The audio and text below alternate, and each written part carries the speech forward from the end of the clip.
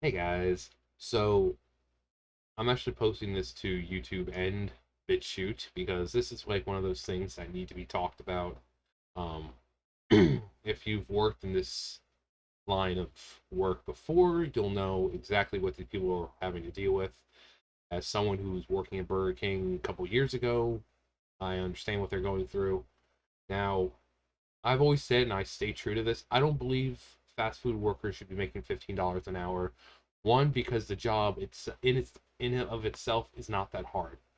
Um, and two, like most stores, in order to be able to pay $15 an hour, that store in particular needs to make enough to justify compensation of $15 an hour.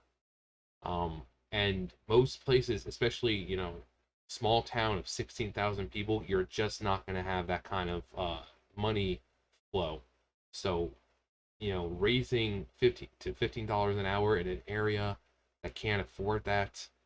So I don't think people like that need $15 an hour, but I do think it should be more than just the bare minimum of 725. Here it's 725. Other states it's different, but here in North Carolina, bare minimum wage is 725. Um, so I think it should probably be around $8, $9. Like I said, $15 definitely not. But the crap that people have to deal with in this line of work. Now, I'm not saying that they're performing, you know, neurosurgery over here. They're not curing cancer, but corporate is what makes these jobs harder because corporates don't care. Um, but we'll get into this. We'll read this first, and then we'll. So we all quit. A photo of a Burger King sign went viral after workers protested long hours, low pay, and kitchen temperatures that reached 97 degrees. We all quit. Sorry for the inconvenience. A Burger King sign saying "We all quit" went viral after a group of disgruntled workers resigned. The former manager of Lincoln, Nebraska restaurant said that she quit over working conditions. More and more people are rage quitting over conditions and low pay during labor shortage. I mean,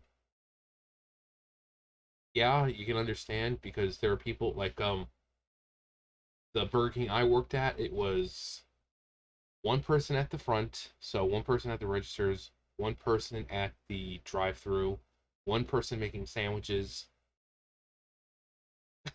one person doing fried stuff, and then me. I was the meat guy. Of course, the meat, you kind of just put the meat in and it makes itself. Um, so I was doing the meat, I was doing the garbage, I was doing the sweeping, I was doing the cleaning of the vats. The oil, I had to drain out the oil, clean out the vats, put more oil, put the oil back in and put new oil in. Um, I had to clean the smoke duct above the grill, or the broiler rather. It's not a grill; it was a broiler. At the end of the night, so I multitude of things. I was basically the miscellaneous guy. If people needed ice, I had to get the ice. If they needed more soda, the syrup from the back, I had to go get the fucking syrup from the back. Um, they needed buns, I had to get the buns. I was the miscellaneous dude. Um, so there was only a total of about 5 people, and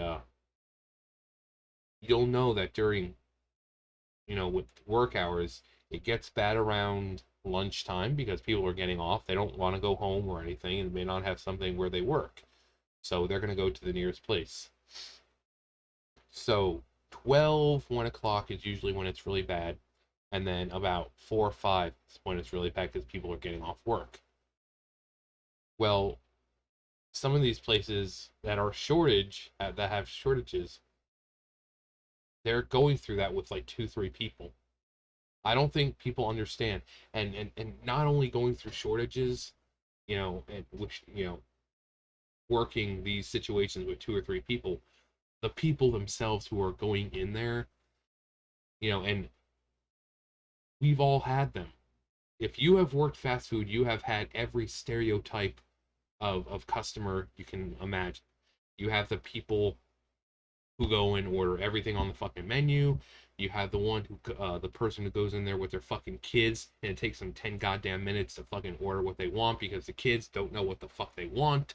And it's like, oh, get back over here. I'm sorry. They're hungry right now. Okay, if they're hungry, then hurry the fuck up. You have the people who go in there, basically looking for a fight, where you have to say their order back to them as to confirm that's what they wanted. So they come in, they say, "Oh, I want a number two, large, Sprite," or some places give them soda, some places let fill it up themselves. We'll just say large. So number two, large, no pickles, blah blah blah. They get their food back, and they're like, "This is not what I ordered. It's you ordered this. I read it back to you, and you confirmed that's what you wanted. Well, I didn't order this. Yes, it is. This is exactly what you ordered.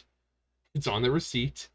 I confirmed it back to you, and you said yes. This is what I want." You have those kinds of people, and I think those people are some of the worst because they seem more like the people who are like, "Well, if I don't get what I want, I'm going to complain to corporate and this and that, and you might lose your job." So it's like, okay, well, I better give them what they want. It's like those people who like go into Walmart and Target and all these other stores get this shit all the fucking time. You go in there, you're working in like customer service, and then some fucking dude comes in. And he's like, "Yeah, I bought this for my kid, and it ain't working. So I was wondering if I could get my money back." It's like, well, without a receipt, we can't do that. We can give you store credit. You're like, "Man, that's fine. I just I bought it for my kid." And fucking 5 minutes later, he's walking out with a fucking six pack. It's like, oh yeah, yeah, that's really what he wanted. So sometimes they'll take like shit that they didn't actually buy from that store, and they'll go to that store and say that they bought it there, and without a receipt, there's no way of proving. Because if it's like a toy or something, it's like, okay, well, most stores have this variety of toy, so, or, with free food, like, yeah, you bring back a box of cereal or something, like, oh, it was stale. Well, if you're bringing back, like, I don't know, Fruit Loops, like, every store sells Fruit Loops, you know? So, but, anyways, uh, like I said, we'll talk more about that. It started as a joke among overworked and stressed out employees at a Burger King restaurant in Lincoln, Nebraska. They wanted to put up a sign that says, sorry, there's really not going to be anyone here. Rachel Flores, the former general manager, told local ABC affiliate, just kind of laughed to upper management. "I didn't think anybody was going to notice it," she added. On Saturday morning, one of the staff changed the front sign to read, "We all quit, sorry for the inconvenience." The photo quickly went viral. "I got a call from my upper management and they told me I needed to take it down," she said. Flores had told Insider that she had already submitted her 2 weeks notice after a grueling 6 month stint at GM, but her boss told her to hand over her keys. 8 months, 8 others soon joined her.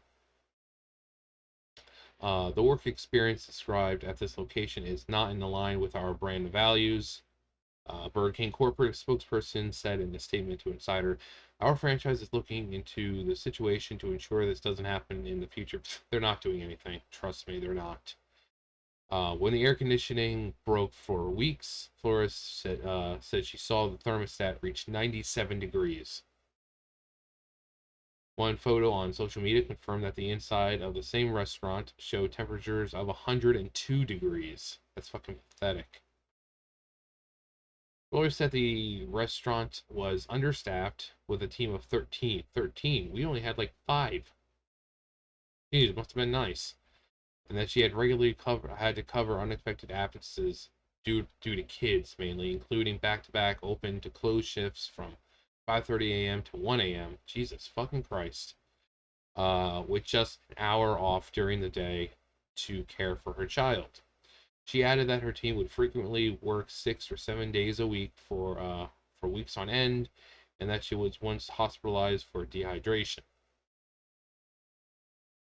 Uh, the local the location is one of several franchises owned by Meriden Restaurants in Lincoln, and Flores said that the local area managers resisted her request to raise wages above $12.50 an hour. Like I said, you don't need that much money. Like I say, $8 or $9 maybe, but not that much.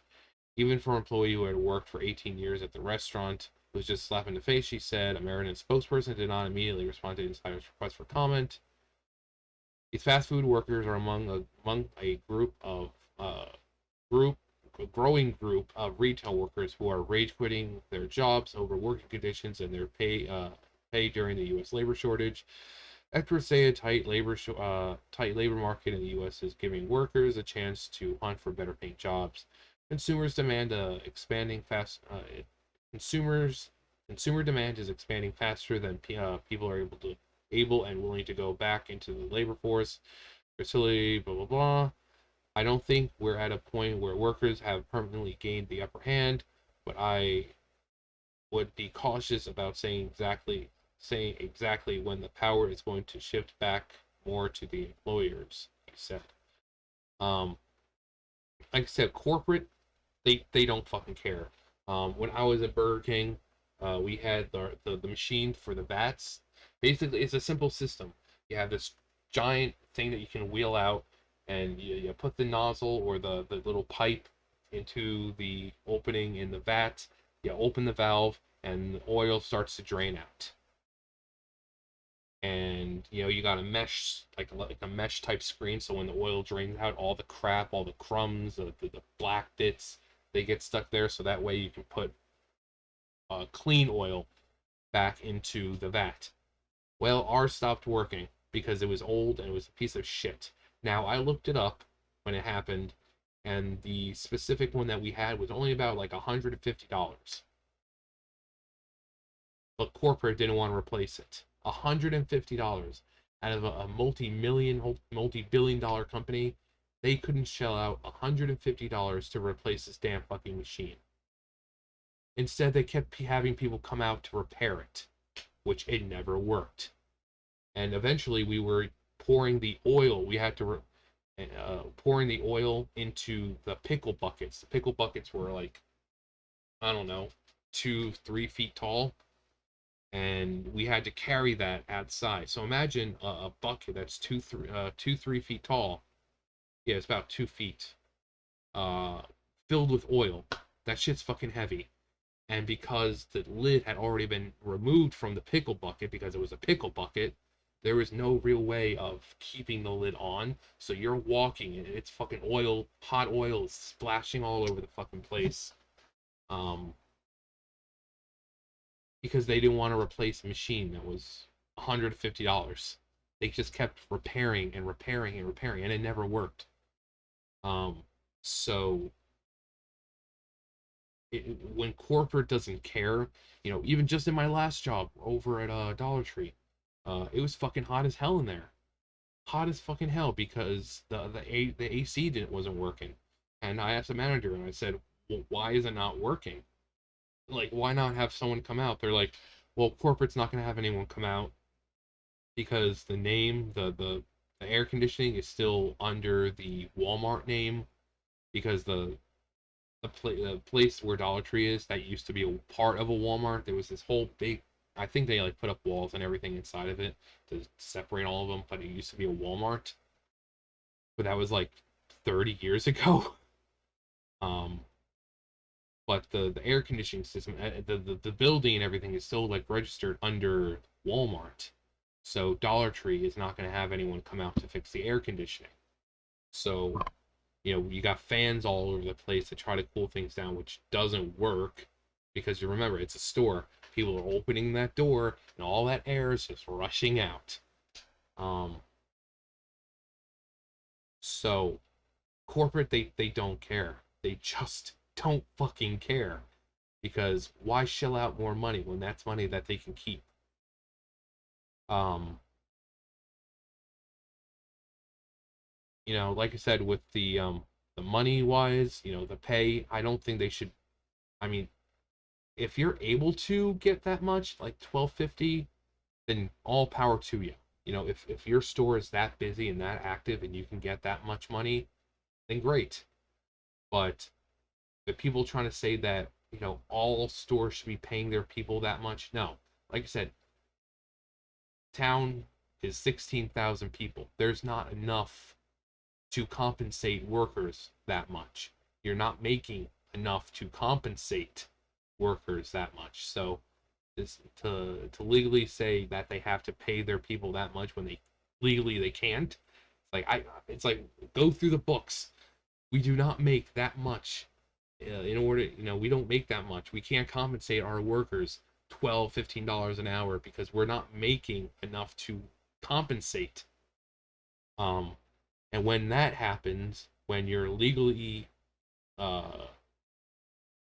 when you legally have to do that, guess what? People will get laid off because it's like, okay, well, we can pay $15 an hour or $12 an hour or whatever it is, but people are going to have to go because that's less money that we have to pay to another single person. So we can pay $15 an hour, but people are going to have to go because a store is not making enough to pay everyone $15 an hour. Um, but Burger King with the especially if you're in the back, obviously there's a giant broiler. Like I said, it's not an oven, it's not a grill, it's a broiler. So the broiler is getting up to what, 500 something degrees.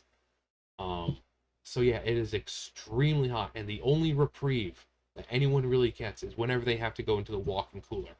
That is the only moment that you're just like, um, that's the only moment. You're working on a hot day, you're not going to get that kind of relief anywhere else. Even in the front of the house, you're not going to get it. It's still hot out there. It's not as hot, but it's still hot because you got to remember that 500-degree, broiler, all that heat is making its way towards the front. Um, so the only reprieve anyone ever has is going into that walk-in cooler, which luckily enough, because I was the meat guy and I had to get everything for everyone else. It's like, John, I need fries. John, I need nuggets. John, and done, John. I got to go into that cooler a whole lot. Um, and sometimes we would just run out of shit. We would run out for like a couple days. It's like, well, can't make any more Whoppers because we don't have any Whopper meat anymore. And sometimes it would just take days for it to get, if we run out, basically, like, it was Thursdays, I think we got the truck in. So if we ran out on Sunday or Monday, we didn't have anything until fucking Thursday. So basically, it's like, well, no Whoppers till then. Um, I mean, sometimes we kind of got creative, like just put four of the smaller patties on there because four patties equals like one Whopper patty. Um, or we ran out of buns, or we ran out of nuggets, or we ran out of fries, or like I said, the situation with the machine. We I told them, I was like, can you please have them just replace it? They're like, well, they're not going to replace it. We just have to have someone come out and fix it. I'm like, okay, companies already spent money to have someone come out to fix the damn thing, and it's still not fixed. They came out, they would replace the motor and this and that. It's clearly something else. There's clearly something going wrong with this thing. Why not just, instead of paying someone several $100s each time to fucking repair it, why not just pay that $150 to get a new machine? I mean, it's so fucking stupid. Um, and I'm sure they had the same problem with theirs. You have McDonald's with the infamous ice cream machine never working. Um, you know, there was I read a story not too long ago about an employee who was fired for fixing the ice cream machine. Basically, they're like that employees aren't qualified to fix the machine, It's like, well, someone has to fix it because you guys never send anyone out. So what are we supposed to just lose money from, especially during the summer? That's probably their best time to make money with the ice cream is during summer. But it's like, oh, sorry, you can't fix it because you're not qualified.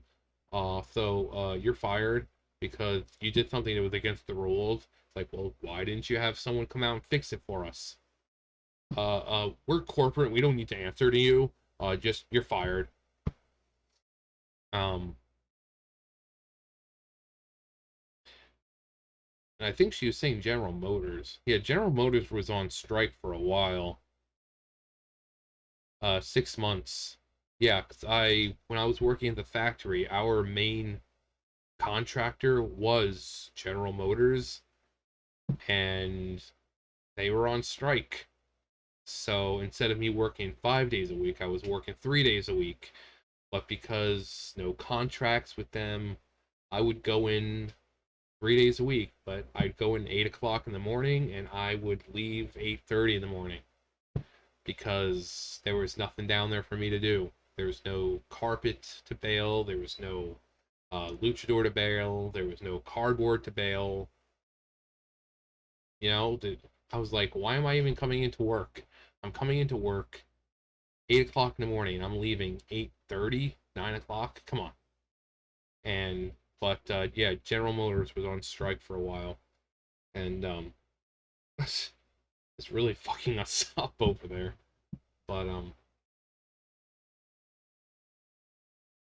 I think more people need to like kind of do this and speak up because corporate won't change unless they see multiple people doing this. Because if it's just a small group of people, then corporate will say, "Oh, we'll make an example out of them."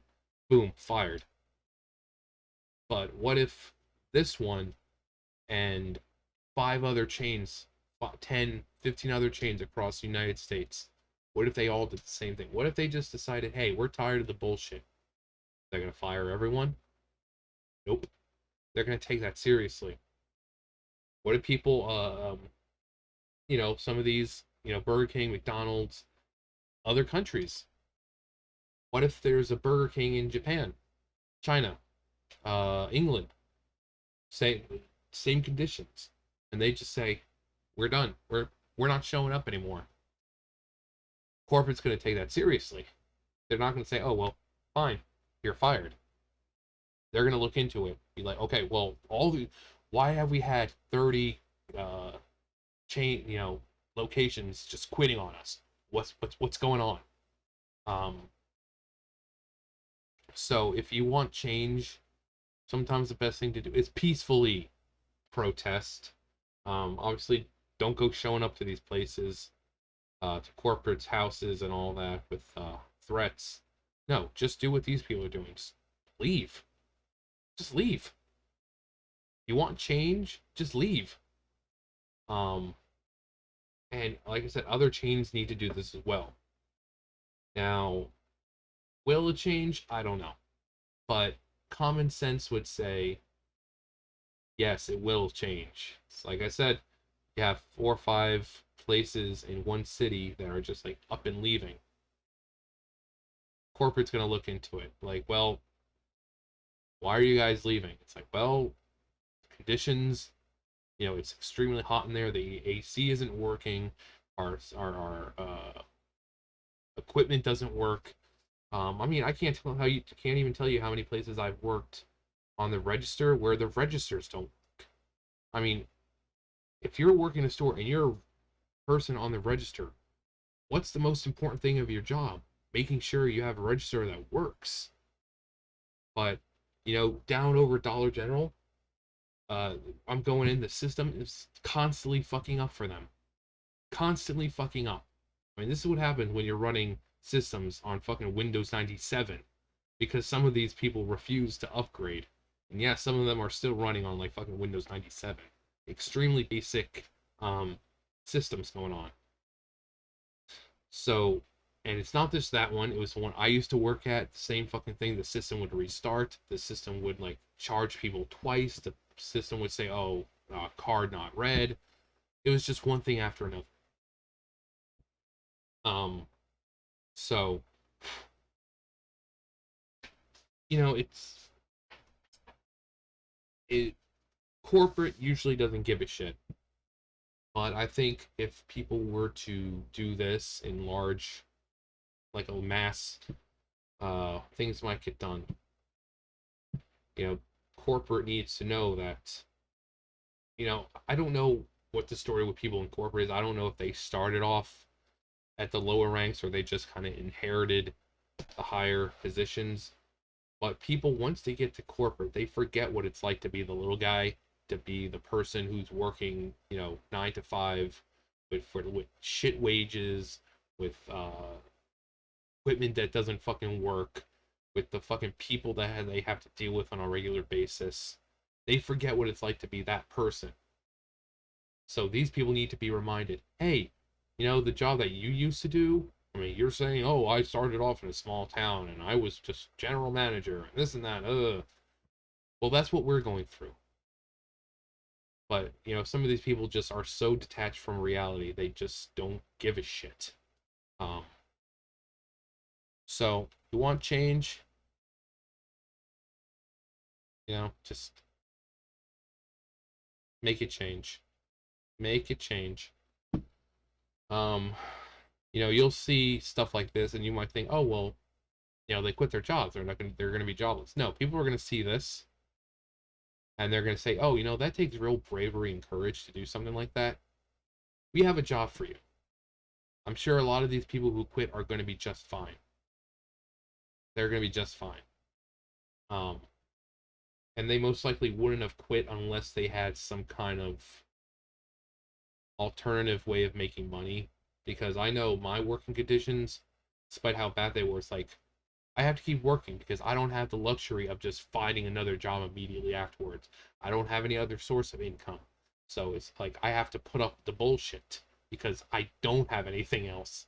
So if they're all willing to quit, I'm sure they'll be just fine. I'm sure even if it's stupid, even if they have just parents who are able to help them or family or whatever, they'll be fine. No one's going to quit like that over conditions without having some kind of backup plan. Um, at least that's what common sense would dictate. But so these people will probably get better paying jobs because this is on the news and people are like, hey, we like your determination, your courage. We've got a job for you, and it'll pay twice as much as you were making before. But things aren't going to change with corporate companies unless you make them change peacefully. Make them change.